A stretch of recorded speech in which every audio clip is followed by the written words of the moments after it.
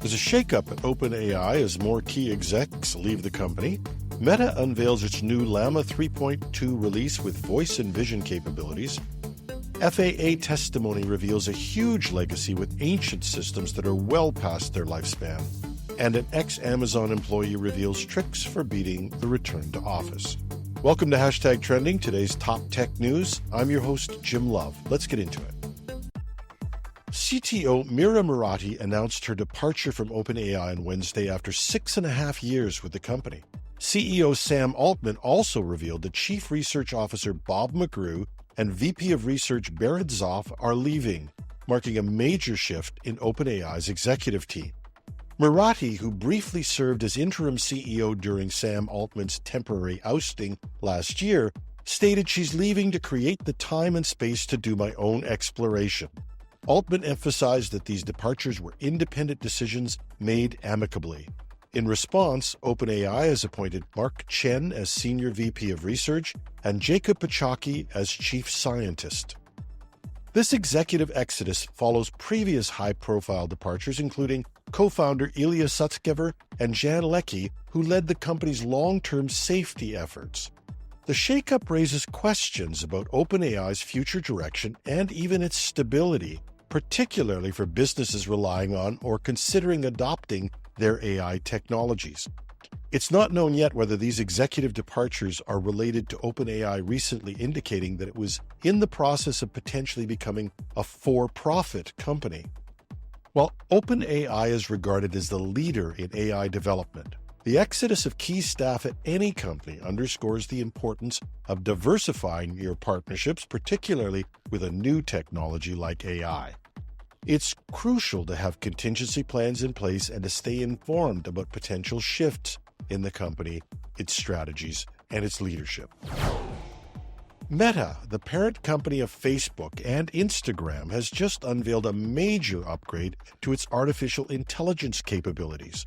The star of the show is LLAMA 3.2, Meta's latest open-source AI model. I don't toss around exaggerations or hyperbole, but this new version, if it's everything they say it is a game changer, as it can now understand both text and images. It means that developers can create more versatile AI applications, including ones that interact with your phone's camera or screen. But that's not all. Meta's AI assistants are getting a voice makeover. Soon you might hear famous people like Dame Judi Dench responding to your queries, but that's just touching the surface. These AI helpers are also gaining the ability to see and interpret images, and this is going to open up a world of new possibilities. Meta's CEO Mark Zuckerberg demonstrated some exciting features at the company's recent Connect event. Imagine smart glasses that can suggest recipes based on ingredients they see, or can provide commentary on clothes as you shop, although I'm not sure I'm good on that one. The company is also experimenting with live translation between languages and automatic video dubbing. They're even working on AI avatars that can answer fan questions on behalf of creators. These new features will be rolled out gradually, starting in select markets. With over 180 million people already using Meta AI weekly, these upgrades could significantly change how we interact with AI in our daily lives. By offering LLAMA 3.2 for free, Meta is also making a bold move in the AI development space. This could give developers and startups new tools to innovate and compete in the rapidly evolving world of artificial intelligence. As always, we'll be watching closely to see how these advancements shape the future of AI and our digital experiences. We've done a lot of stories on outdated and legacy architecture in both governments and our overall infrastructure. But here's one that might make us all take notice. The U.S. Federal Aviation Administration, the FAA, is facing severe challenges with its outdated air traffic control systems, according to a new report from the Government Accountability Office, the GAO. Over a third of the FAA's 138 air traffic control systems are deemed unsustainable, with critical modernization efforts not expected to be completed until 2030. The key findings of the GAO report include 51 air traffic control systems are unsustainable due to a lack of parts, funding shortfalls, or the absence of technology refresh funding. 54 additional systems are potentially unsustainable for similar reasons. 17 critical systems with high operational impact won't be modernized until 2030 to 2035, and 4 have no modernization plans at all. Some of these systems in use are over 40 years old. The GAO cites poor project management, lack of oversight, and inefficient approval processes as key factors contributing to the delays. The FAA has agreed with most of the GAO's recommendations and is seeking $8 billion for modernization efforts. FAA Administrator Michael Whitaker told the U.S. Committee on Transportation and Infrastructure that the FAA facilities have been somewhat famously underinvested in over the years. We have 21 centers that control high-altitude aircraft. Those were designed to be a maximum life at 50 years. They're now, on average, between 60 and 70 years old. All these facilities need to be replaced and upgraded.